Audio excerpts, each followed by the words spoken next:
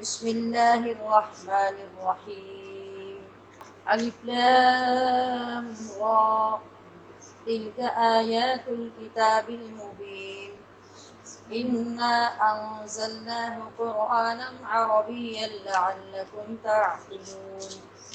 نحن نقص عليك أحسن القصص بما أوحينا إليك هذا القرآن وإن كنت من قبله لمن الغافلين. إذ قال يوسف لأبيه يا أبت إني رأيت 11 كوكبا والشمس والقمر رأيتهم لي ساجدين. قال يا بني لا تقصص رؤياك على إخوتك فيكيدوا لك كيدا إن الشيطان للإنسان عدو مبين. وكذلك يجتبيك ربك ويعلمك من تأويل الأحاديث ويتم نعمته عليك وعلى آل يعقوب كما أتمها على أبويك من قبل إبراهيم وإسحاق إن ربك عليم حكيم. لقد كان في يوسف وإخوته آيات للسائلين إذ قالوا ليوسف وأخوه أحب إلى أبينا منا ونحن عصبة إن أبانا لفي ضلال مبين. اقتلوا يوسف أو اطرحوه أرضا يخل لكم وجه أبيكم وتكونوا من بعده قوما صالحين. قال قائل منهم لا تقتلوا يوسف وألقوه في غيابة الجب يلتقطه بعض السيارة إن كنتم فاعلين. قالوا يا أبانا ما لك لا تأمنا على يوسف وإنا له لناصحون. أرسله معنا غدا يرتع ويلعب وإنا له لحافظون. قال إني ليحزنني أن تذهبوا به وأخاف أن يأكله الذئب وأنتم عنه غافلون. قالوا لئن أكله الذئب ونحن عصبة إنا إذا لخاسرون. فلما ذهبوا به وأجمعوا أن يجعلوه في غيابة الجب وأوحينا إليه لتنبئنهم بأمرهم هذا وهم لا يشعرون. وجاءوا أباهم عشاء يبكون. قالوا يا أبانا إنا ذهبنا نستبق وتركنا يوسف عند متاعنا فأكله الذئب وما أنت بمؤمن لنا ولو كنا صادقين. وجاءوا على قميصه بدم كذب قال بل سولت لكم أنفسكم أمرا فصبر جميل والله المستعان على ما تصفون. وجاءت سيارة فأرسلوا واردهم فأدلى دلوه قال يا بشرى هذا غلام وأسروه بضاعة والله عليم بما يعملون. وشروا بثمن بخس دراهم معدودة وكانوا فيه من الزاهدين. صدق اللہ العظیم. جی ترجمہ پڑھیے. الف لام را تلک آیات یہ آیتیں ہیں الکتاب المبین روشن کتاب کی. انا انزلناہ بے شک ہم نے اسے نازل کیا قرآنا قرآن عربیا عربی لعلکم تعقلون. تاکہ تم سمجھو. نحن نقص ہم بیان کرتے ہیں علیک آپ سے احسن القصص ایک بہترین قصہ بما اوحینا اس کے ذریعے جو ہم نے وحی بھیجی الیک آپ کی طرف ھذا القرآن اس قرآن کی وَإِن كُنْتَ اور اگرچہ آپ تھے من قبلہ اس سے پہلے لمن الغافلین یقیناً بے خبر اذ قال یوسف یاد کرو جب کہا یوسف نے لأبیہ اپنے باپ سے یا ابتی اے میرے باپ انی رأیت میں نے دیکھا ہے خواب میں احد عشر 11 کوكبا ستاروں والشمس والقمر اور سورج اور چاند کو رأیتهم میں نے انہیں دیکھا لی ساجدین کہ وہ مجھے سجدہ کر رہے ہیں قال آپ نے فرمایا یا بنی اے میرے بیٹے لا تقصص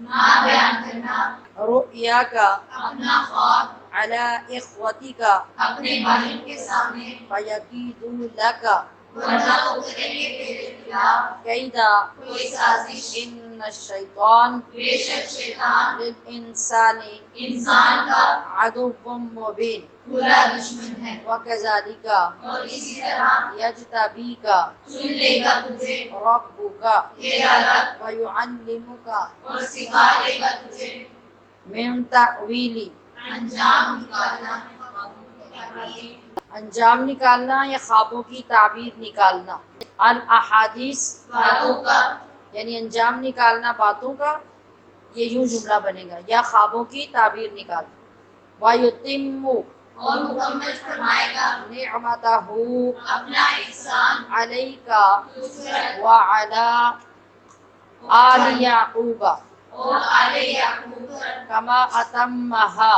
جس طرح اس نے مکمل فرمایا اپنا انعام عَلَىٰ أَبَوَيْكَ تیرے دو باپوں پر من قبل پہلے اس سے ابراہیم یعنی ابراہیم و اسحاق اور اسحاق ان ربک بے شک تیرا رب علیم خوب جاننے والا ہے حکیم زبردست حکمت والا ہے لقد كان بے شک تھی فی یوسف یوسف میں و اخوتہ اور اس کے بھائیوں کے حصے میں آیات نشانیاں للسائلین سوال کرنے والوں کے لیے اذ قالوا جب وہ بولے لا یوسف ضرور یوسف و اخوہ اور اس کا بھائی احب زیادہ محبوب ہے الى ابینا ہمارے باپ کو منا ہم سے ونحن حالانکہ ہم عصبہ ایک مضبوط جماعت ہیں ان ابانا یقیناً ہمارے والد لفی ضلال مبین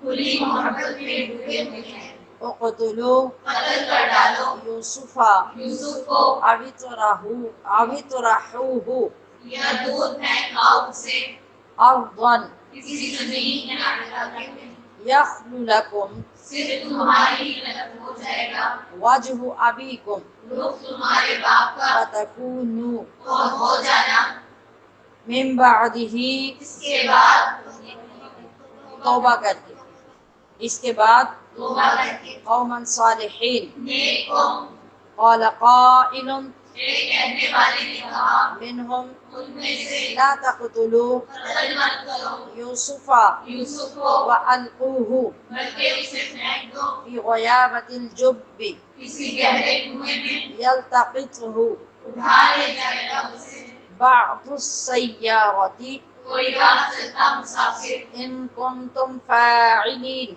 اگر تم نے کچھ کرنا ہے قالوا اس سے بعد وہ کہنے لگے يا أبانا اے ہمارے باپ ما لك کیا ہوا آپ کو لا تأمنا کہ آپ نہیں اعتبار کرتے ہمارا على يوسف یوسف کے معاملے میں وإنا له اور ہم اس کے لناصحون یقیناً خیر خواہ ہیں أرسله معنا اسے بھیج دیجیے ہمارے ساتھ غدا کل يرتع یہ میوے کھائے وَيَلْعَبْ اور کھیلے وَإِنَّا لَهُ اور ہم اس کے لَحَافِظُونَ نگہبان یا محافظ ہیں۔ قَالَ فرمایا إِنِّي لَيَحْزُنُنِي بے شک مجھے غمگین کر دے گا أَن تَذْهَبُوا تمہارا لے جانا بِهِ اس کو، وَأَخَافُ اور میں ڈرتا ہوں أَن يَأْكُلَهُ الذِّئْبُ کہ کہیں اس کو بھیڑیا نہ کھا جائے، وَأَنْتُمْ عَنْهُ اور تم مجھ سے اس سے اور تم اس سے غافلون۔ بے خبر یا غافل نہ ہو۔ قالوا انہوں نے کہا لئن اگر أكله الذئب اس کو کھا جائے بھیڑیا، ونحن عصبة حالانکہ ہم ایک جماعت موجود ہوں، یعنی ہم وہاں موجود ہوں، اتنے لوگ تمہارے ہوتے ہوئے بھیڑیے کھا جائے، انا اذا لخاسرون۔ تب تو یقیناً ہم بڑے خسارے میں ہیں۔ فلما پھر جب ذهبوا به وہ اسے لے گئے وأجمعوا اور سب متفق ہو گئے أن يجعلوه اس کو ڈالنے پر في غيابة الجب گہرے یا تاریخ ہوئے میں، وأوحينا إليه اور ہم نے وحی بھیجنے کے بعد کی طرف لتنبئنهم پھر ضرور تم آگاہ کر دو گے انہیں بأمرهم هذا ان کے اس فعل سے، وهم لا يشعرون۔ اور وہ اس کا شعور نہیں رکھتے۔ وجاءوا أباهم اور آئے وہ اپنے باپ کے پاس عشاء يبكون عشاء کے وقت کی ریا جاری کرتے ہوئے، قالوا کہنے لگے يا أبانا اے ہمارے والد، إنا ذهبنا ہم چلے گئے نستبق کہ دوڑ لگائیں وتركنا يوسف اور چھوڑ دے یوسف کو عند متاعنا اپنے سامان کے پاس، فأكله الذئب تو اسے کھا گیا بھیڑیا۔ وما اور نہ أنت آپ بمؤمن لنا مانیں گے ہماری بات ولو كنا صادقين۔ اگرچہ ہم سچے ہوں۔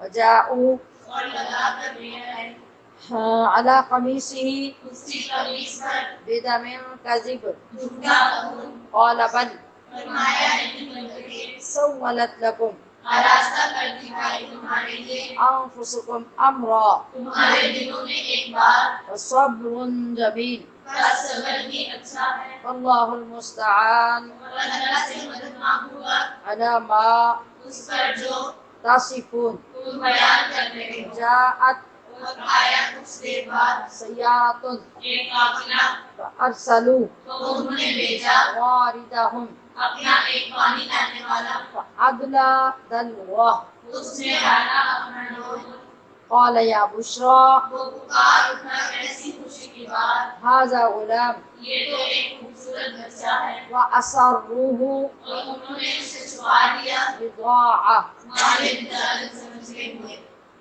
والله عليم اور اللہ خوب جاننے والا ہے بما يعملون۔ جو کچھ وہ کر رہے ہیں۔ وشروه اور میرے طلب بھائی نے اسے بثمن بخس حقیر سی قیمت پر دراهم معدودة چند دنوں کے بدلے، وكانوا فيه اور وہ تھے اس میں پہلے سے ہی من الزاہدین۔ بے رغبت۔ جی سورہ یوسف شروع ہوئی ہے ماشاءاللہ، اس میں 12 رکوع اور 111 آیات۔ یہ سورت مکی ہے، مکہ میں نازل ہوئی ہے۔ شان نزول اس کا یہ ہے کہ یہودی علماء نے عرب کے سرداروں سے کہا تھا کہ تم لوگ محمد صلی اللہ علیہ وسلم سے یہ پوچھو کہ حضرت یعقوب کی اولاد ملک شام سے مصر میں کیسے پہنچی۔ ملک شام تو بڑی دور تھا اور مصر بڑی دور تھا، تو وہ وہاں کے رہنے والے تھے، تو ان کی اولاد وہاں کیسے چلی گئی۔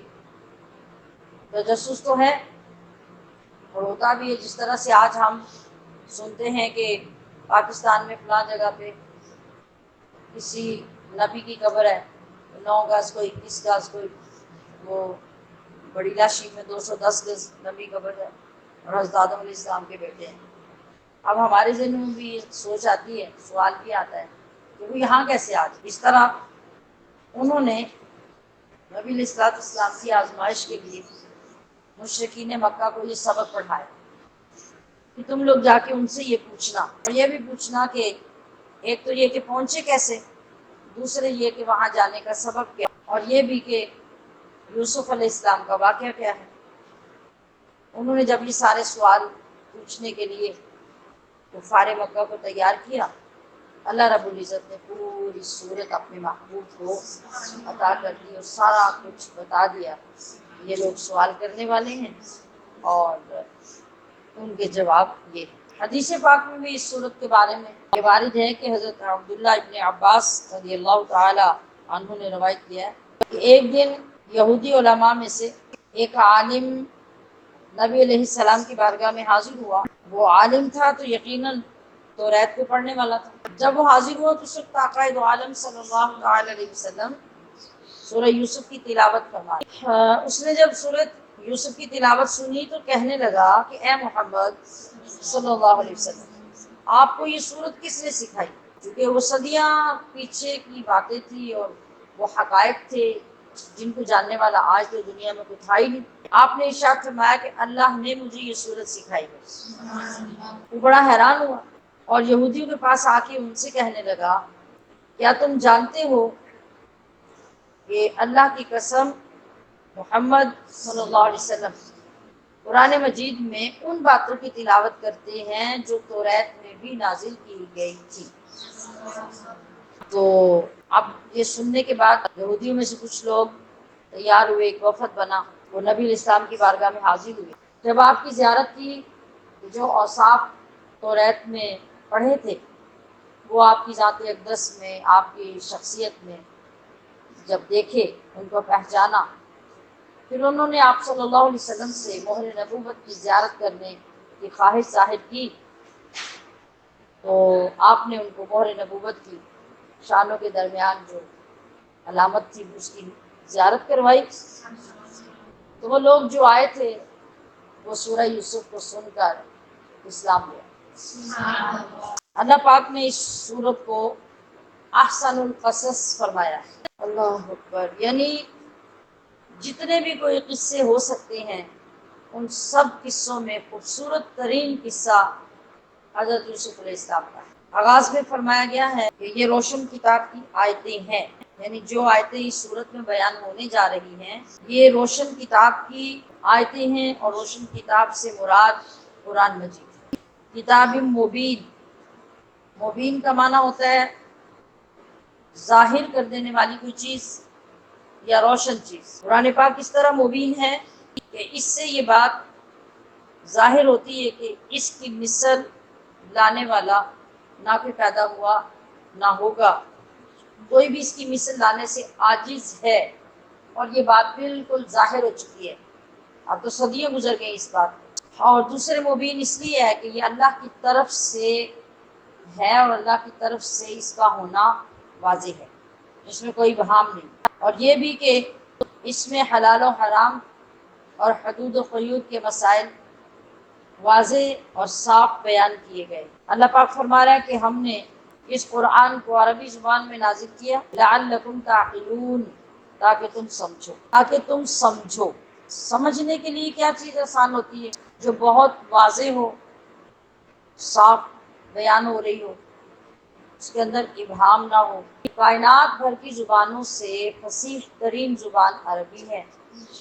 اللہ نے اس میں قرآن کو نازل کیا تاکہ تم بہتر سے بہتر طریقے سے اس کو سمجھ سکو۔ اور یہ بھی حکمت اس کے اندر ہے کہ عربی چونکہ اہل جنت کی زبان ہے، اس لیے اللہ پاک نے اس زبان میں قرآن نازل کیا تاکہ تم اس کے اندر غور و فکر کرو۔ اور اس کے پیارے حبیب کی زبان ہے تو اس کے محبوب ہونے کی وجہ سے بھی اس زبان میں نازل کیا تاکہ تم اس بات کو سمجھو اور اس کی عزت کو سمجھ سکو، تاکہ تم سمجھو۔ اس سے یہ بات واضح ہوتی ہے کہ قرآن کے حقوق میں سے ایک حق مسلمانوں پر یہ بھی ہے کہ قرآن کو سمجھا جائے۔ قرآن مجید کو پڑھنا، اس پہ عمل کرنا، اس کی تلاوت کرنا، اس کے احکام سمجھنا، دوسروں تک پہنچانا، اللہ، یہ سب حقوق ہیں قرآن کریم کے ہمارے اوپر۔ تو ان حقوق میں سے ایک حق میں نے یہ بھی کہا کہ قرآن کو سمجھنا یہ قرآن کا حق ہے، اس میں غور و فکر کرنا۔ اب اس سمجھنے کے لیے اور غور و فکر کرنے کے لیے عربی زبان کا آنا بہت ضروری ہے۔ اس کے لیے ہمارے اندر رغبت ہونا ذمہ داری کو محسوس کرنا اور قرآنی لینگویج کو محنت کے ساتھ سمجھنا، یہ ہمارے لیے اشد ضروری ہے۔ لیکن ہم اس کام کو ہی سب سے مشکل سمجھتے ہیں اور بے فائدہ، غیر ضروری سمجھتے ہیں، اور یہ ہمیں سب سے زیادہ مشکل، جبکہ اللہ پاک فرما رہے وَلَقَدْ يَسَّرْنَا الْقُرْآنَ لِلذِّكْرِ فَهَلْ مِن مُدَّكِرٍ، ہم نے تو یاد کرنے والے کو قرآن، یاد کرنے والوں کے لیے قرآن آسان ترین بنا دیا، تو کوئی ہے یاد کرنے والا؟ اب یاد کرنے والا کوئی ہوگا ہی نہیں تو یاد کون کرے؟ نحن نقص علیک احسن القصص، کہ ہم تمہیں سناتے ہیں، تم پر بیان کرتے ہیں سب سے اچھا قصہ، سب سے اچھا بیان، اس لیے کہ ہم نے تمہاری طرف اس قرآن کی وحی بھیجی ہے۔ وَإِن كُنتَ مِن قَبْلِهِ لَمِنَ الْغَافِلِينَ، اگرچہ بے شک آپ کو اس سے پہلے اس کی کچھ خبر نہیں، یعنی ہم نے آپ کو اس کی خبر دی، ہم نے اس کے سارے واقعات آپ کو سنائے۔ احسن القصص کیوں کہا اس کو؟ ایک تو یہ کہ حضرت یوسف علیہ السلام کے واقعے میں جتنی حکمتیں اور عبرتیں بیان کی گئی ہیں اتنی کسی بھی اور صورت میں نہیں ہیں۔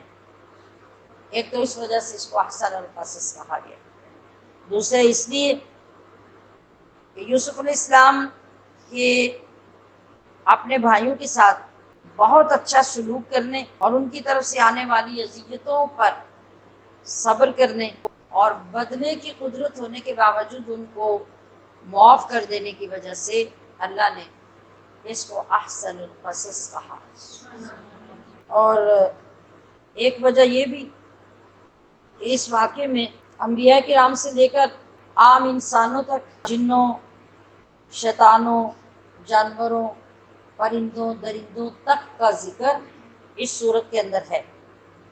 پھر اسی طرح بادشاہوں سے لے کے فقیروں تک کا طرز زندگی اس کے اندر بیان کیا گیا، عورتوں کی نیچر، عورتوں کے مکر و فریب کو بھی بیان کیا گیا۔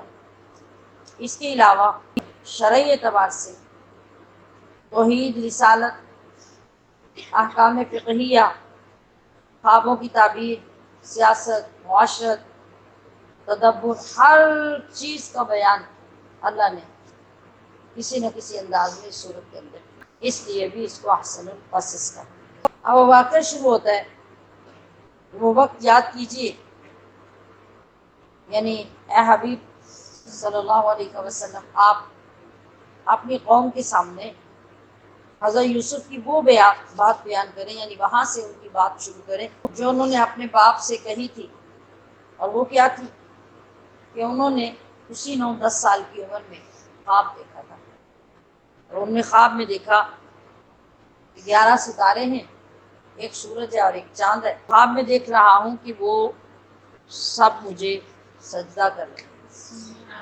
جب آپ نے یہ خواب دیکھا تو یا وہ جمعے کی رات تھی یا شب قدر تھی، یا یہ بھی ہو سکتا ہے کہ وہ جمعہ تھا، جمعے کی رات ہی شب قدر بھی تھی، تو اس وقت آپ کی والدہ فوت ہو چکی تھی اور آپ کی خالہ حضرت یعقوب علیہ السلام کے نکاح میں تھی۔ تو آپ نے جو خواب دیکھا تو یہ خواب آپ نے اپنے والد حضرت یعقوب علیہ السلام کو سنایا۔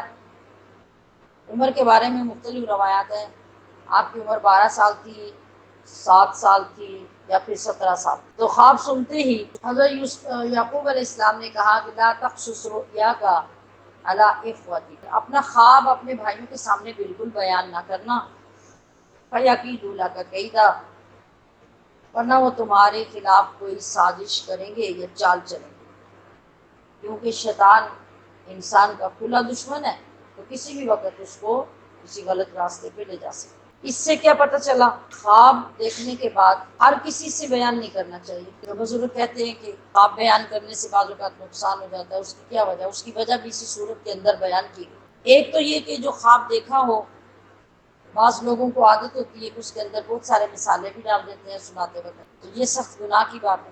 اور کبھی کبھی وہ جو مثالیں ڈالے ہوئے ہوتے ہیں نا، وہ آپ کے معدے کو خراب کر دیتے ہیں، مطلب آپ کے لیے نقصان دہ ثابت ہو جاتا ہے، اور جو کچھ آپ بیان کر دیتے ہیں کسی سے وہ ویسا ہو جاتا ہے، آپ کو یہ پتہ ہی نہیں ہوتا جو بات میں کروں گی اس کا اثر کیا ہوگا، یعنی وہ تعبیر کی صورت میں ویسے ہی ہوگی جیسے میں سمجھ رہی ہوں۔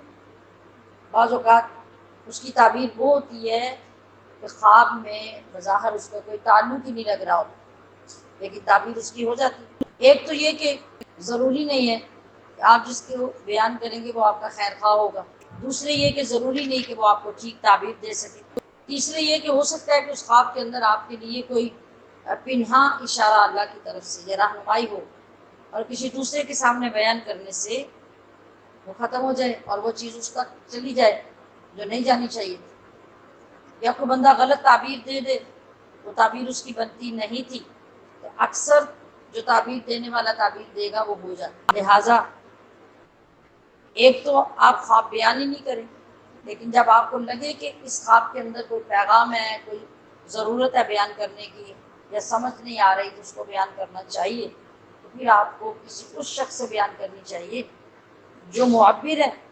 معبر کون ہوتا ہے؟ تعبیر بتانے والا۔ عبر یعبر تعبیرا فہو معبر، یا تو کسی تعبیر کے ماہر کے ساتھ بات کرنی چاہیے کہ وہ آپ کو تعبیر بتائے، یا خاموشی اختیار کرنی چاہیے، لیکن ہر ایک کو خواب بیان نہیں کرنا چاہیے۔ اب دیکھیں والد نے صاف کہہ دیا کہ بھائیوں کے سامنے یہ بیان نہیں کرنی، ورنہ شیطان ان کے اندر حسد ڈالے گا، کیونکہ وہ کھلا دشمن ہے، اور وہ پھر بھائی تمہارے خلاف سازش کرے گا۔ تمہارے خلاف کا کیا مطلب ہے؟ وہ بھی بھائی تھے، یہ بھی ان کے بھائی تھے۔ میں نے ابھی ذکر کیا کہ ان کی والدہ فوت ہو چکی تھی، اور ان کی دوسری جو والدہ کی بہن تھی ان کے ساتھ حضرت یعقوب علیہ السلام نے نکاح کیا ہوا تھا۔ تو اب جو دوسرے بھائی تھے، نکاح کیا ان کے جانے کے بعد نہیں، اس وقت میں بعض روایات کے اندر یہ بھی ہے کہ ابھی جو ہماری شریعت میں دو بہنوں کو ایک نکاح میں رکھنا جائز نہیں ہے، اس وقت یہ پابندی نہیں تھی، بعض روایات میں یہ ہے، کیونکہ اگر ان کی وفات کے بعد انہوں نے دوسری بہن سے نکاح کیا ہوتا تو جو دوسرے والے بھائی تھے وہ تو سارے ان سے بڑے تھے، ایک بنیامین تھے جو ان سے چھوٹے تھے، اور وہ بھی انہی والدہ سے تھے، باقی سارے بھائی جو ہیں وہ دوسری والدہ سے تھے، پھر وہ بڑے تھے۔ تو اس کا مطلب یہ ہے نا کہ وہ خالہ جو ابھی ان کی تھی، ان کی والدہ اور ان کی خالہ وہ ابھی بھی موجود تھی، اور ان کی والدہ سے پہلے بھی موجود تھی، کہ وہ سارے بیٹے تو ان سے بڑے ہیں۔ اب ان کی والدہ وفات پا چکی تھی، یہ دو چھوٹے بھائی تھے، عمر بھی کم تھی، والدہ بھی نہیں تھی، تو اب حضرت یعقوب علیہ السلام کی توجہ ان کی طرف زیادہ ہوتی، شفقت زیادہ ہوتی، خیال رکھا جاتا۔ وجہ صاف ظاہر ہے، وجہ کیا تھی، ریزن کیا تھا۔ اور ویسے بھی جو قدرت اور حکمت اللہ کے ہاں ہوتی ہیں ان کو عام لوگ تو سمجھ نہیں سکتے۔ جو مقام، جو اذیتیں، جو تکلیفیں آپ کو پہنچنی تھی، اور جو مقام اللہ نے آپ کو دینا تھا، وہ سارا حضرت یعقوب علیہ السلام کے سامنے تو تھا ہی۔ خیر، اس سے یہ مسئلہ معلوم ہوا، تو آگے اللہ فرماتا ہے انہوں نے، حضرت یعقوب نے یہ فرمایا وَكَذَلِكَ يَجْتَبِيكَ رَبُّكَ، اور اسی طرح تمہارا رب تمہیں منتخب فرما لے گا، وَيُعَلِّمُكَ مِن تَعْوِيلِ الْأَحَادِيثِ، اور تمہیں خوابوں کی تعبیر کا علم عطا کرے گا، وَيُتِمُّ نِعْمَتَهُ عَلَيْكَ، اور تم پر اپنی نعمت بھی پوری کرے گا، وَعَلَىٰ آلِ یعقوب، اور یعقوب کے گھر والوں پر، وہ آگے جا کے ان کی وجہ سے پھر وہ سارے جو گھر وہاں پہنچے اور ان پر بھی نعمت پوری ہوئی۔ کیسے؟ کما اتمھا علی ابویک، جو تیرے پہلے باپ دادا یعنی یعقوب اسحاق علیہ السلام اور ابراہیم علیہ السلام پر جس طرح اللہ نے اپنی نعمت کو پورا کیا، اسی طرح تجھ پر بھی پوری کرے گا۔ اسحاق علیہ السلام کون تھے؟ حضرت یوسف کے کیا لگتے تھے؟ کس کے باپ تھے؟ حضرت یعقوب کس کے باپ تھے؟ حضرت یوسف علیہ السلام کے باپ حضرت یعقوب تھے، حضرت یعقوب کے باپ حضرت اسحاق تھے، اور حضرت اسحاق کے باپ حضرت ابراہیم تھے۔ تو حضرت ابراہیم کیا لگے؟ یوسف علیہ السلام کے پردادا۔ اچھا جی، نعمت کو پورا کرنے کا مطلب کیا ہوتا ہے؟ نعمت کو اس طرح کامل اور مکمل کر دیا جائے کہ وہ ہر قسم کے نقصان سے محفوظ ہو جائے۔ اور انسان کے حق میں ایسی نعمت کون سی ہوتی ہے جو ہر طرح کے نقصان سے محفوظ ہو جائے؟ وہ نبوت ہوتی ہے۔ تو یہ اشارہ کدھر تھا کہ جس طرح اسحاق کو، ابراہیم کو پہلے اللہ نے نبوت عطا کی، اللہ تجھے بھی نبوت عطا کرے۔ تو بے شک یوسف میں اور ان کے بھائیوں میں آیات للسائلین، سوال کرنے والوں کے لیے نشانیاں ہیں۔ وہ بات آ گئی جو شانہ نزول میں آپ نے پڑھی، یہ سوال کر رہے تھے یوسف کے واقعے کے متعلق اور ان لوگوں کے ٹرانسفر ہو کے وہاں جانے کے متعلق۔ تو اللہ نے ان کا جواب دیا اپنے محبوب کو کہ اب آپ ان سے یہ باتیں بیان کیجیے۔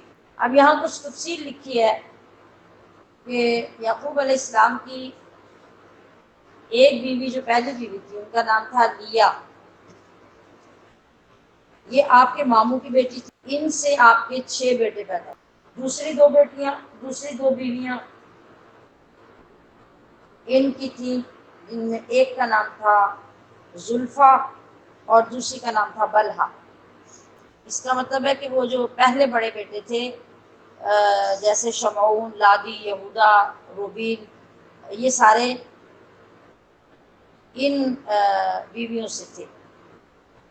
لیا کا انتقال ہو گیا، اس کے بعد حضرت یعقوب نے ان کی بہن راحیل سے نکاح کیا۔ ٹھیک ہے، حضرت یوسف علیہ السلام اور بنیامین کی والدہ کا نام لیا تھا، اور ان کے وصال کے بعد پھر ان کی بہن راحیل سے نکاح ہوا، جن کے یہ 2 بیٹے ہوئے۔ کل ان کے 12 صاحبزادے ہیں۔ قرآن کریم نے ان کو الاسباط کے نام سے ذکر کیا ہے۔ جب کہا ان لوگوں نے، یعنی واقعے کی طرف لایا جائے کہ یاد کیجئے، اس قالو، جب انہوں نے کہا تھا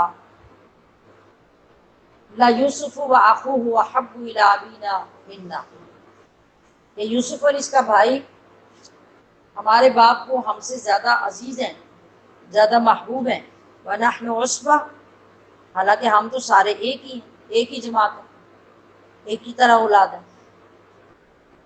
تو اس کا مطلب ہے کہ ان ابانا لفی ضلال مبین، ہمارے والد کھلی محبت میں ڈوبے ہوئے ہیں، یعنی اس میں کوئی ابہام نہیں، کوئی شک و شبہ نہیں۔ ضلال کا لفظ جو ہے وہ پرانی کھلی محبت اور محبت میں وارفتہ ہونا، وارفتگی کو بھی کہتے ہیں، اور ضلال کا لفظ نبی کے لیے جب آتا ہے تو اس کا یہی معنی ہوتا ہے، اور غیر نبی کے لیے، عام بندے کے لیے آیا تو اس کا مطلب گمراہی ہے۔ اللہ اکبر۔ اب انہوں نے یہ کہا یہ ہمارے بس سے باہر ہے، ہم یہ سب کچھ برداشت نہیں کر سکتے، دیکھ نہیں سکتے، تو پھر کیا کیا جائے؟ پھر انہوں نے مختلف اوقات میں آپس میں بیٹھ کر پلان کیے، اور جو بات فائنل ہوئی وہ یہ تھی اقتلوا یوسف او اطرحوہ ارضا یخل لکم وجہ ابیکم، یا تو اس کو قتل کر دو یا اس کو کہیں دور کسی کنبے اور زمین میں جا کے پھینکاؤ، تاکہ ساری توجہ تمہارے باپ کی تمہیں مل جائے، اور یہ سارا کر لو، بعد میں وَتَكُونُ مِن بَعْدِ قَوْمًا صَالِحِينَ، توبہ کر لینا، معافی مانگ لینا، بات رفع دفع ہو جائے۔ اللہ اکبر۔ اس سے ایک بات یہ پتہ چلی کہ کسی کے ذہن میں یہ خیال آئے کہ وہ نبی کی اولاد تھے، اور آگے چل کے حضرت یوسف بھی اعلان نبوت کرنے والے تھے، تو یہ نبی کی اولاد کیا کر رہی؟ تو بات یہ ہے کہ ایک نبی کی اولاد تھی قابیل اور حابیل، ایک یہ نبی کی اولاد تھی۔ وہاں بھی دو بھائیوں کے اندر لڑائی ہوئی، اس میں اور اس میں یہ فرق ہے، قابیل اور حابیل میں جو لڑائی تھی، قابیل اپنے نفس کے لیے بھائی سے لڑ رہا، اپنی نفس کی خواہش پوری کرنے کے لیے، جو دو بہنوں میں سے خوبصورت بہن تھی اس کے ساتھ وہ نکاح کرنا چاہتا تھا، اور اس کی خاطر اس نے بھائی کو قتل کر دیا۔ جبکہ یوسف علیہ السلام کے بھائی کسی ایسی نفسانی محبت کی وجہ سے نہیں، بلکہ اپنے باپ کی توجہ حاصل کرنے کے لیے ایسا کرتے، اس لیے اس کو توبہ نصیب نہیں ہوئی اور ان کو سچی توبہ نصیب ہو گئی۔ اور دوسری بات یہاں سے یہ بھی پتہ چلی کہ اگرچہ آپ کا مقصد کوئی اچھا ہی ہو، نیک ہی ہو، اور آپ اس نیک مقصد کو پورا کرنے کے لیے کوئی برا یا ناجائز کام کر کے وہ اچھا یا نیک مقصد پورا کرتے ہیں، تو شریعت اس کی قطعاً اجازت نہیں دیتی۔ اگر اجازت دیتی ہوتی تو پھر توبہ کرنے کی کیا ضرورت تھی؟ توبہ کرنے کی ضرورت تبھی تھی کہ اس کی اجازت نہیں ہے۔ مثال کے طور پہ پچھلی غالباً 11ویں شریف پہ میں نے یہ واقعہ سنایا تھا، وہ حج پہ جانے والے کسی آدمی کا جو اپنی فیکٹری سے چوریاں بھی کر لیتا تھا اور ڈاکے بھی ڈالتا اور کسی جگہ پہ بھی کرتا تھا۔ میں نے وہاں پہ بھی ایکسپلین کیا، اس سے اخذ کرنے والی یہ چیز نہیں ہے کہ آپ کسی کی بھلائی کرنے کے لیے کسی کے یہاں ڈاکہ ڈال دیں، اس کو نقصان کر دیں، چوری کر دیں، کسی کو قتل کر دیں اور کسی کی مدد کر دیں، اس کی اجازت کبھی نہیں ہو سکتی۔ وہاں جو سمجھنے والی بات یہ تھی کہ وہ جو غریب اور بیوہ عورت دعا کرتی تھی، اس دعا کے اندر اتنی تاثیر تھی کہ ایسے شخص کو بھی اللہ نے اس کی دعا کی وجہ سے اپنے گھر میں بلا کے ایک اعلیٰ مقام پہ موت عطا کی۔ تو اس کو ہم دلیل اس کام کے لیے نہیں بنا سکتے، اس کام کے لیے بنا سکتے۔ ایک کہنے والے نے کہا لا تقتلوا یوسف، ایک کہنے والے نے مطلب ان بھائیوں میں سے ایک بھائی کہنے لگا کہ یہ جو دو رائے ہیں نا تمہاری، اس میں سے یہ رائے غلط ہے کہ اس کو قتل کر دو، اس کو قتل مت کرو۔ وَأَلْقُوهُ فِي غَيَابَتِ الْجُبِّ، کسی گہرے اندھے کنویں میں جا کے اسے پھینکاؤ کہیں دور آبادی سے۔ وہاں طریقے ہی ہوتے تھے کہ آبادیوں سے دور جب قافلے گزرتے تھے ان جگہوں پہ کنویں بنے ہوتے تھے، جس طرح آج کے دور میں کوئی راستے میں نلکا لگوا دے، کوئی پانی کے لیے وہ ٹیب لگوا دے، جس طرح آج ہوتا ہے، اس طرح اس دور میں کنویں بنائے جاتے تھے، مسافروں کے بھی وہ کام آتے تھے۔ تو انہوں نے کہا کہ کنویں میں ڈالنے کی لاجک کیا ہے کہ یلتقطہ بعض السیارہ، کوئی قافلہ گزرے گا اور جب وہ پانی نکالنے لگیں گے، لازمی وہاں سے پانی نکالیں گے تو ان کو وہ نظر آئے گا، یلتقطہ وہ اس کو لے جائیں گے اٹھا کے۔ اگر تمہیں یہ کرنا ہے تو پھر یہی کرو۔ انہوں نے کیا کہا،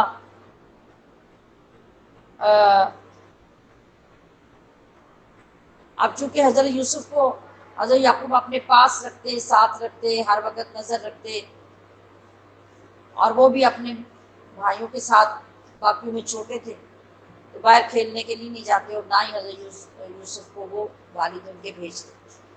یہ ایک دن سارا مشورہ کر کے آئے اور کہنے لگے کہ یا ابانا ما لک لا تأمنا علی یوسف، اے ابا جان آپ کو کیا مسئلہ ہے، یوسف کے معاملے میں آپ ہمارا اعتبار کیوں نہیں کرتے، کبھی ہمارے ساتھ آپ نے اسے نہیں بھیجا۔ وَإِنَّا لَهُ لَنَاصِحُونَ، حالانکہ ہم تو اس کے خیر خواہ ہیں، بھائی ہیں۔ ہمارا خیال ہے کہ ارسلہ معنا غداً، کل جب ہم بکریاں چرانے جائیں آپ اسے بھی ہمارے ساتھ بھیجیں۔ یرتع و یلعب، یہ باہر نکلیں، جنگلوں میں جائیں، میوے کھائے، کھیلیں ہمارے ساتھ۔ وَإِنَّا لَهُ لَحَافِظُونَ، اور ہم اس کی اچھی طرح حفاظت کریں گے، نگہبان ہوں گے، آپ کو کوئی پریشانی نہیں ہوگی۔ یعقوب علیہ السلام نے جواب دیا انی لیحزننی، مجھے یہ بات غمگین کر دے گی کہ ان تذهبوا به، کہ تم اسے لے تو جاؤ، واخاف، لیکن خوف مجھے یہ ہے تم لے جاؤ اور اس کو کوئی بھیڑیا کھا جائے۔ عقل مند رہا، اشارہ کافی است، یعنی انہوں نے اشارہ تو پہلے دے دیا، وہ کوئی اور بھی بات کہہ سکتے تھے، وہ گر جائے، اس کو چوٹ لگ جائے، وہ چھوٹا ہے، وہ رو پڑے، کچھ بھی کہہ سکتے تھے، لیکن انہوں نے کیا کہا؟ وہ آگے جا کے وہ جو بہانہ بنانے والے تھے، اب اللہ کے نبی کو اگر علم غیب اللہ نے عطا نہیں کیا تھا تو پھر وہ بولے کیسے؟ انہوں نے وہ بات تو بتا دی، اور بات یہ ہوتی ہے کہ جو بندہ پلان کر رہا ہوتا ہے اس کو وہ بات کھٹک بھی جاتی ہے، اور ہو سکتا ہے کہ ان کے ذہن میں اس وقت یہ پلان ہی نہ ہو، لیکن اللہ کے نبی کو پہلے پتہ چل گیا کہ یہ آگے چل کے کیا پلان کرنے والے۔ انہوں نے ڈائریکٹ وہی جملہ بولا اور کہا کہ وَأَنْتُمْ غَافِلُونَ، اور تمہیں پتہ ہی نہ چلے، تم غفلت میں، بے خبری میں ہو اور اسے بھیڑیا کھا جائے۔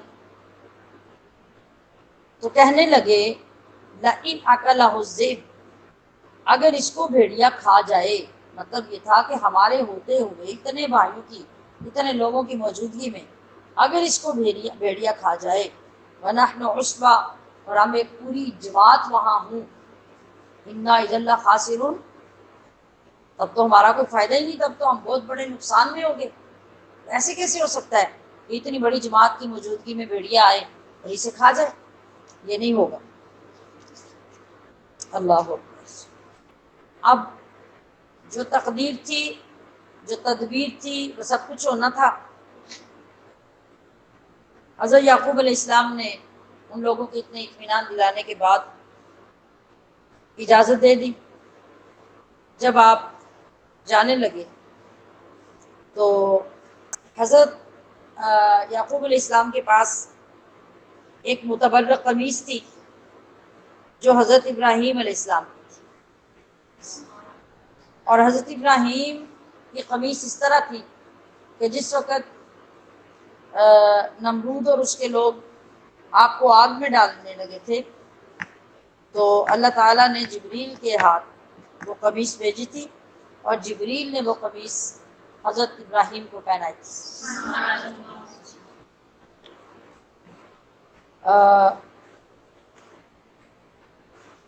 اب حضرت ابراہیم کے بیٹے حضرت اسحاق تھے، تو ظاہر باپ کی چیزیں بیٹوں کے پاس ہوتی ہیں، حضرت اسحاق کے پاس وہ قمیص منتقل ہوئی۔ اب آگے حضرت اسحاق کے بیٹے یعقوب تھے، پھر یعقوب علیہ السلام کے پاس وہ قمیص منتقل ہوئی۔ حضرت یعقوب نے وہ کوئی ریشم کی قمیص تھی، ظاہر بات ہے جبریل لائے تھے تو وہ کوئی خاص ہی طرح کی ہوگی، آپ نے اس کو بہت باریک لپیٹ کر، جیسے کوئی خاص عبادت کی چیز ہوتی ہے، اس طرح حضرت یوسف علیہ السلام کے گلے میں وہ قمیص ڈال دی بطور تعویذ کے بنا۔ پھر جب وہ چلے گئے انہیں لے کے، اور سارے اس رائے پر متفق ہو گئے کہ اب اس کو جا کے کنویں میں ڈالنا ہے، اللہ پاک فرماتا ہے کہ وَأَوْحَيْنَا إِلَيْهِ، ہم نے یعقوب کو ادھر وحی بھیج دی، لَتُنَبِّئَنَّهُم بِأَمْرِهِمْ هَٰذَا، کہ ضرور انہیں تم اس معاملے میں یہ بات یاد دلاؤ گے، یہ خبر دو گے، وَهُمْ لَا يَشْعُرُونَ، اور وہ اس وقت جانتے بھی نہیں ہوں گے۔ وہی بات جو پیچھے آپ نے کہی کہ مجھے ڈر ہے کہ تم لے جاؤ تو اس کو کہیں بھیڑیا کھا جائے، اس وقت ان کے وہم و گمان میں بھی نہیں تھا کہ آن دا اسپاٹ ہم یہ بہانہ بنائیں گے آگے، لیکن یعقوب علیہ السلام نے پہلے ان کو جتا دیا۔ اللہ فرما رہا ہے کہ یہ ہم نے وحی بھیجی تھی یعقوب کو، اور یعقوب نے اس علم سے جو علم غیب ہم نے اس کو دیا، اس نے اپنے بیٹوں کو آگاہ کیا۔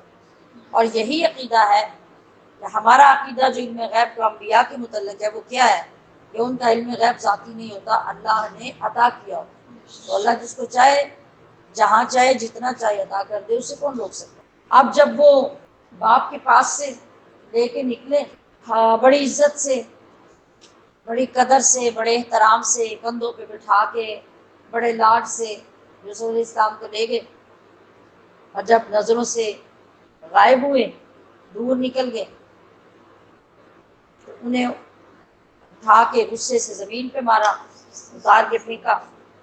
جو عداوت اندر تھی، جو حسد پیدا ہو چکا تھا اس کو اچھی طرح ظاہر کیا، پھر وہ ان کو تانے دیتے، ان کو مارتے، ڈانٹتے، برا بھلا کہتے، اور اس طرح آخر کار جا کر انہوں نے اس کنویں کو جس کو پلان کیا تھا اس کے اندر جا کے یوسف علیہ السلام کو پھینک دیا۔ اللہ اکبر۔ وہ وہاں سے یعنی کنعان جو بستی تھی جس میں یعقوب علیہ السلام رہتے تھے اور یہ سارا خاندان، وہ کنعان جگہ تھی، اور کنعان سے 9 میل اردن کی جگہ ہے جس کے ارد گرد وہ جگہ میں کنواں تھا، وہاں جا کے انہیں کنویں کے اندر ڈالا کہ یہ کہیں واپس نہ آ جائیں اور کوئی جاننے بوجھنے والا بندہ ان کو اٹھا کے نہ لے۔ اللہ اکبر۔ اور کنواں کیسا تھا پرانے زمانے کا؟ وہ کنواں جیسے گھڑے ہوتے ہیں نا، گھڑے اوپر سے منہ تنگ ہوتا ہے اور نیچے سے کھلے ہوتے ہیں، اس طرح کنویں ہوتے تھے، عام بندے کو وہ نظر بھی نہ آئے۔ اللہ اکبر۔ یعنی انہوں نے رسی کو اس کے کمر کے ساتھ باندھی، رسی باندھ کے انہیں نیچے لٹکایا کنویں میں، اور جب وہ قریب بالکل اس کی تہہ میں پہنچنے لگے تو اوپر سے رسی کو چھوڑ دیا، اور اللہ اکبر، اس لیے چھوڑ دیا کہ یا تو یہ کنویں کے اندر ہی گر کے ختم ہو جائے۔ یعنی یہ غصہ اور غیظ و غضب ہوتا ہے نا بندے کے اندر، مختلف طریقوں سے وہ ظاہر کر رہے، لیکن قربان جائیں اس بچانے والے کی ذات پر۔ اللہ اکبر۔ اس وقت اللہ پاک نے جبریل کو حکم دیا، یا جبریل اس سے پہلے کہ یوسف یہاں سے نیچے اس کنویں کے پیندے تک پہنچے، اس سے پہلے نیچے جا کے اپنا پار بچھا لو اور اس کو بچا لو۔ آپ کے ہاتھ بندھے ہوئے تھے، رسی کا کمر میں ڈال کے یوں نیچے لٹکایا گیا تھا، جبریل نے آ کے آپ کے ہاتھ کھولے اور انہیں پکڑ کر کنویں کے اندر ایک پتھر پہ بٹھا دیا۔ وجاءوا اباہم عشاء یبکون، وہ لوگ رات کے وقت پھر آئے اپنے باپ کے پاس روتے ہوئے، پیچھے سے وہ ٹھیک ٹھاک آ رہے تھے، یعنی اپنی کامیابی پہ جشن مناتے ہوئے۔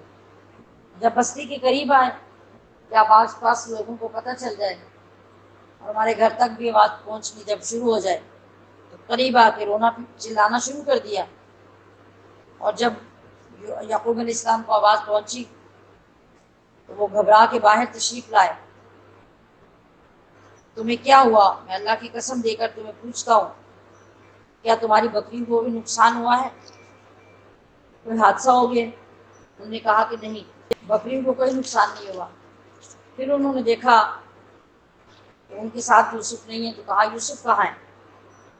آپ کہنے لگے یا ابانا انا ذهبنا نستبق، کہ ہم جب گئے یوسف کو لے کر تو باہر دور میدان میں جا کے ہم نے دوڑ لگائی، یعنی ریس لگائی، دوڑ لگائی، اور دوڑ لگاتے لگاتے ہم آگے نکل گئے، اور جس جگہ پہ ہم نے اپنا سامان رکھا تھا تو یوسف چونکہ چھوٹا تھا، ہم نے اسے کہا کہ تم سامان کے پاس بیٹھو، وترکنا یوسف عند متاعنا۔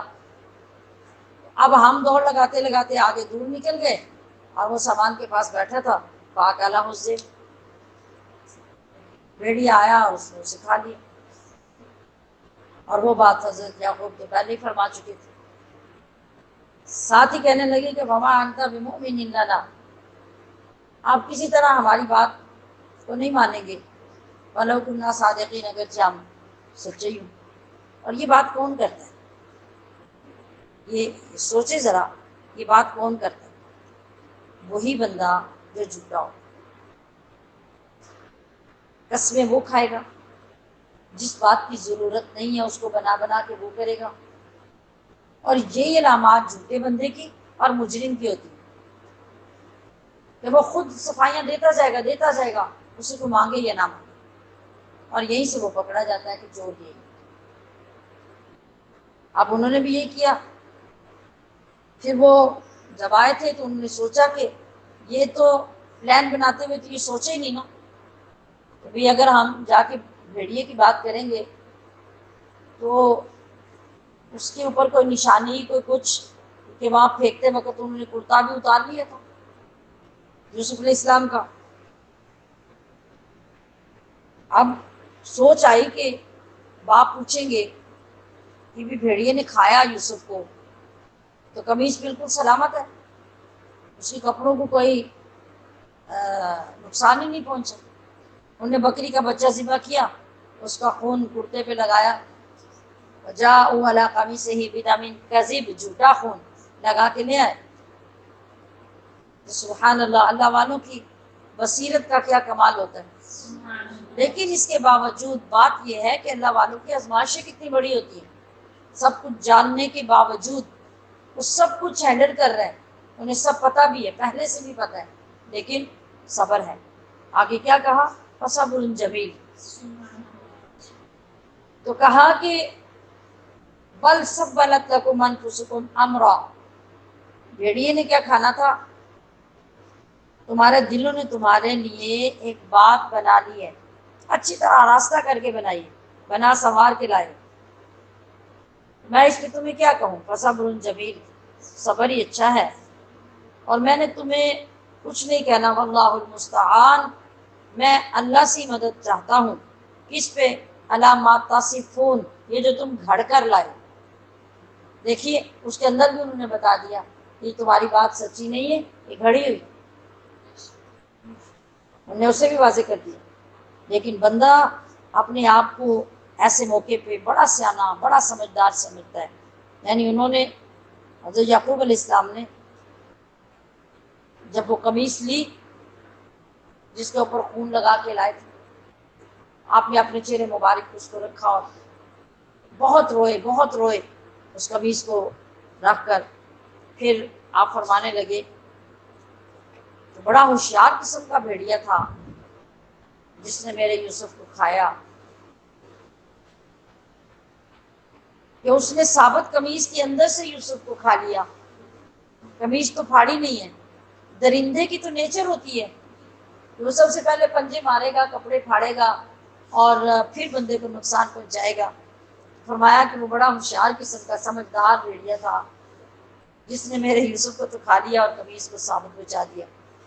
اب کیا یہ ساری باتیں سمجھنے کے لیے کافی نہیں تھی کہ ہمارے پول کھل چکے ہیں اور باپ سارا کچھ جان چکے ہیں؟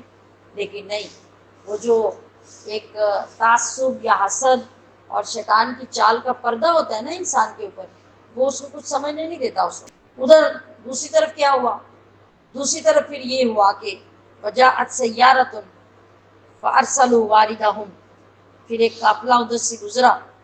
یہ قافلہ مدین سے آیا تھا اور مصر جا رہا تھا. انہوں نے وہاں قریب پڑاؤ ڈالا, رکے, اور جس بندے کی پانی بھرنے کی ڈیوٹی تھی اس کو بھیجا. فارسلوا واردہم, وہ جو پانی لانے والا تھا اس کو بھیجا. فَأَدْلَىٰ دَلْوَا, اس نے ڈول ڈالا کنویں کے اندر رسی کے ساتھ, یعنی بڑی سی وہ بالٹی نما چیز جو ڈول تھا بڑا سا وہ ڈالا, اس کے اندر سے پانی بھر کے لائے. اب پانی ڈالنے کے لیے جو نیچے سے یار اب کھینچنے لگا, اوپر کھینچنے لگا, بڑی مشکل سے اس کو اوپر لایا. ایک دم سے چیخا, یا بشرا ھذا غلام, ارے یہ تو میرے ڈول میں پانی نہیں ہے, یہ تو انتہائی خوبصورت کوئی لڑکا ہے, کوئی نوجوان ہے. وَأَسَرُّوا بِضَاعَةً, اب قافلے والوں کو پتہ چلا اتنا خوبصورت اتنا حسین و جمیل کبھی کسی نے بچہ دیکھا نہیں. تو انہوں نے اسے ایک پونجی بڑی قیمتی چیز سمجھ کر چھپا لی. کیوں چھپا لیا؟ وہ غلاموں کا دور تھا, اب وہ جا کے اسے غلام بنا کے بیچیں گے تو ڈھیروں رقم کما لیں گے. اتنا خوبصورت غلام کون خریدے گا, اور منہ مانگی قیمت ملے گی. واللہ علیم بما یعملون, اور اللہ کو سب پتہ تھا اچھی طرح جو وہ. اب کیا ہوا, ان لوگوں نے کیا کیا, جب وہ نکالا نا تو یہ کئی دنوں کے بعد ایسا ہوا. ایسا نہیں تھا, میرے خیال میں 3 دن کے بعد غالباً یا اس سے زیادہ. ایسا نہیں کہ اسی دن ہی قافلہ آیا اس نے نکال لیا. اب ان کو اندر سے فکر بھی تھی کہ کہیں ہمارا پول نہ کھل جائے، ایسا نہ ہو کہ یوسف باہر نکلے، کوئی اسے نکالے اور وہ اپنے گھر کا پتہ بتا دے، وہ نکل کے واپس آ جائے، خود کہیں واپس آ جائے چل کے، مطلب ہم اب کسی صورت اسے واپس نہیں آنے دے سکتے۔ تو وہ کسی نہ کسی طرح دور آس پاس رہ کے نا وہ جائزہ لیتے رہتے تھے کہ اب کیا ہوگا، کیسے ہوگا، جب تک کوئی بندہ اسے نکال کے لے نہ جائے ہمیں تسلی نہیں ہوتی۔ اب یہ کہ یوسف علیہ السلام یہ کہہ دیتے کہ بھی میں فلاں فلاں کا بیٹا ہوں، فلاں فلاں کی جگہ سے آیا ہوں، میرا گھر فلاں ہے، مجھے وہاں چھوڑ دو، بھیج دو، اس سے پہلے کہ جب انہوں نے دیکھا قافلے کے اندر ایک شور اٹھا ہے اور انہوں نے یوسف کو نکال لیا، تو وہاں سے بھائیوں کو جب یہ پتہ چلا، اس میں وہ لوگ جو ہے وہ آئے وہاں اس ماحول میں، لوگوں نے پوچھا، انہوں نے کہا کہ اچھا یہ لڑکا تمہیں کہاں سے ملا؟ یہ تو ہمارا بھاگا ہوا غلام ہے، یہ تو وہ گھوڑا غلام ہے ہمارا۔ انہوں نے کہا کہ اچھا اگر تم اسے بیچتے ہو تو ہم لے جاتے ہیں۔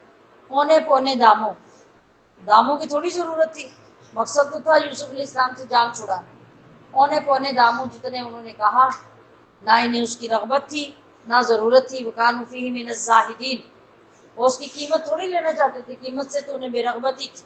تو اونے پونے داموں بیچا، قافلہ جب لے کے وہاں سے چلا گیا، اب انہیں سکون ہو گیا کہ اب واپسی کی کوئی صورت باقی نہیں بچی۔ اب وہ وہاں سے گھر گئے اور قافلہ انہیں لے کر آگے مصر کی طرف چلا گیا۔